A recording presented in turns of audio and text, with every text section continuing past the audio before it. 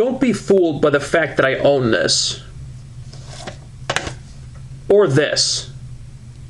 These movies suck. As a Spider-Man fan, that really bothered me for a long time. It doesn't bother me anymore.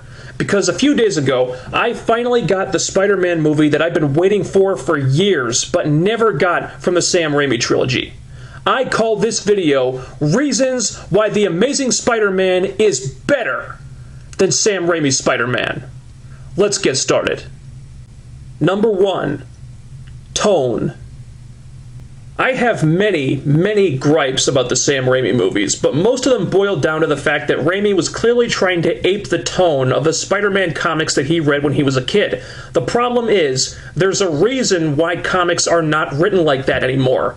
Comics back in those days were silly and goofy and oftentimes completely ridiculous, meaning that the Raimi movies were, you guessed it, silly and goofy and fucking ridiculous. But The Amazing Spider-Man treats this material much more seriously. There's no camp, there's no bad guys in stupid costumes that wouldn't pass muster on an episode of Power Rangers. It's much more realistic, whereas the Raimi movies were basically live-action cartoons. The best way I can describe it is this.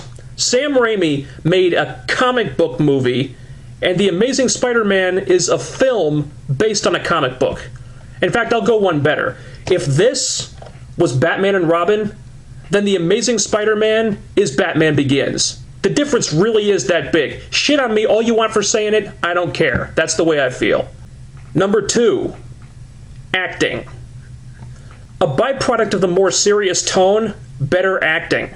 The acting in the Raimi movies is terrible. Even otherwise good actors like Willem Dafoe just end up embarrassing themselves. Because the tone is so goofy and over the top, the acting tends to follow suit. The only one who got out unscathed was J.K. Simmons, because he was the only one who seemed to realize how freaking silly those movies were and didn't even try to take it seriously. Everyone else was trying to be serious at times, and it just didn't mesh with everything else that was going on. In Amazing Spider-Man, the acting is great. Strong performances across the board. The emotional scenes are powerful instead of making you want to gag. Uncle Ben's death is affecting instead of falling completely flat. Andrew Garfield nails the shy, socially awkward Peter Parker better than Tobey Maguire ever did. I mean, Maguire's portrayal leaned towards caricature, but Garfield just plays it honest and real, just like everyone else in the cast does. Number 3. The script. I did not like the scripts for the Raimi movies at all. Not just the third one. I thought all 3 of them were pretty bad.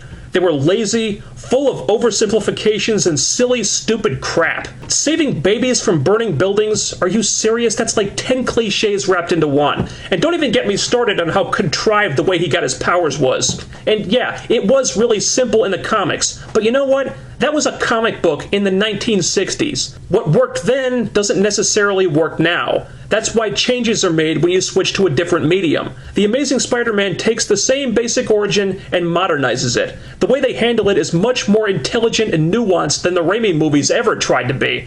It doesn't take shortcuts or use plot contrivances to get from point A to point B, like, oh, I don't know, Harry getting amnesia, or Peter losing his powers because he's feeling really emo. The Raimi movies seem to think we were all idiots. But here, the script is smart, it's tight, and it never, ever talks down to the audience.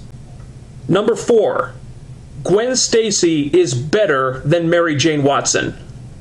In the Raimi movies, the Mary Jane character exists for 2 reasons and 2 reasons only. To be the token love interest, and to constantly get kidnapped by supervillains so Spider-Man has a damsel in distress to save in the 3rd act. That's it.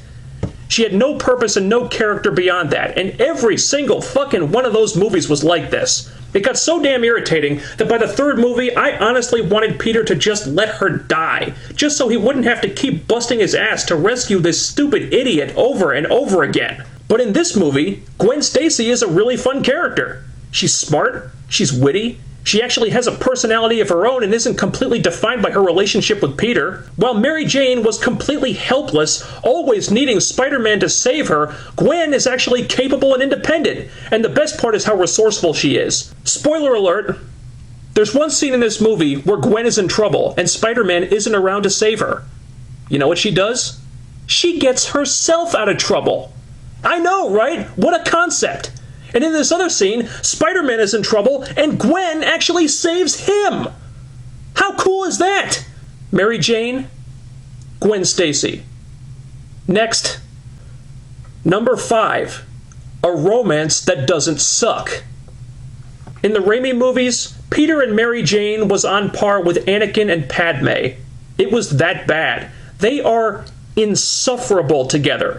It's what the entire freaking trilogy is built on, and all they do is whine and cry about how much they love each other in every goddamn scene, when in actuality, all their relationship seems to do is make them both miserable and bog those movies down in this never-ending melodramatic soap opera bullshit. Oh, Peter, you're the only one who makes me feel like I'm more than I ever thought I could be. I love you so much, Peter.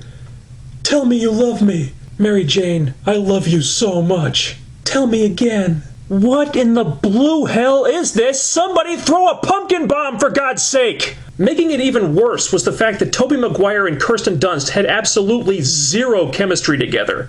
But Andrew Garfield and Emma Stone? The exact opposite.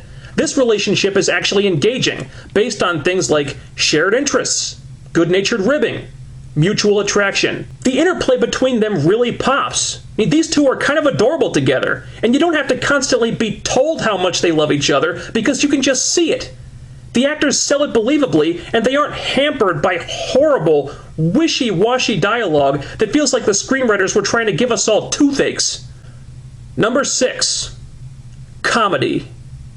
One of the big parts of Spider-Man's character is that he is a wisecracking smartass who uses humor to distract his enemies and throw them off balance, an element the Raimi movies largely ignored, along with most other attempts at genuine levity. Instead, they tried to force comedy with stupid stuff like this. Go, Web! Fly! Up, up, and away, Web! Go, Web, go!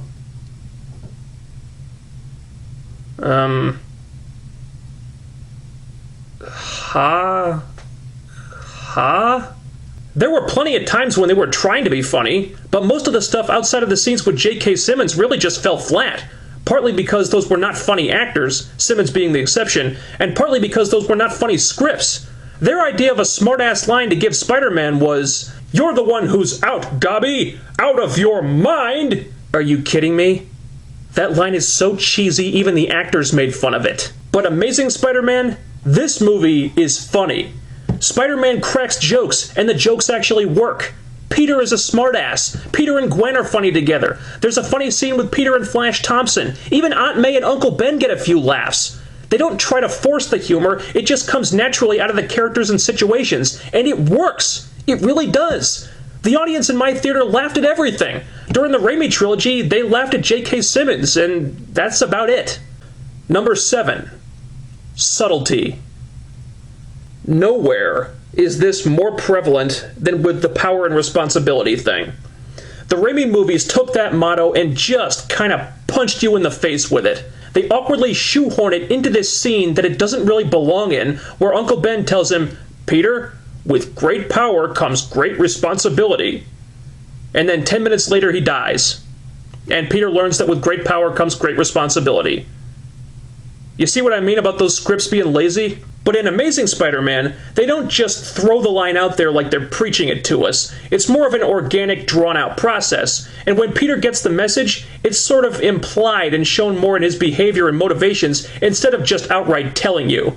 Peter still learns that with great power comes great responsibility, but not in a way that treats the audience like they're morons. This was the Spider-Man movie that I've been waiting for. And you know what? It was worth the wait. I love this movie. At least 5 different times during it, the audience burst into applause, and I was right there with them. Finally, I can forget that this piece of crap ever existed. The Amazing Spider-Man. Go see this movie.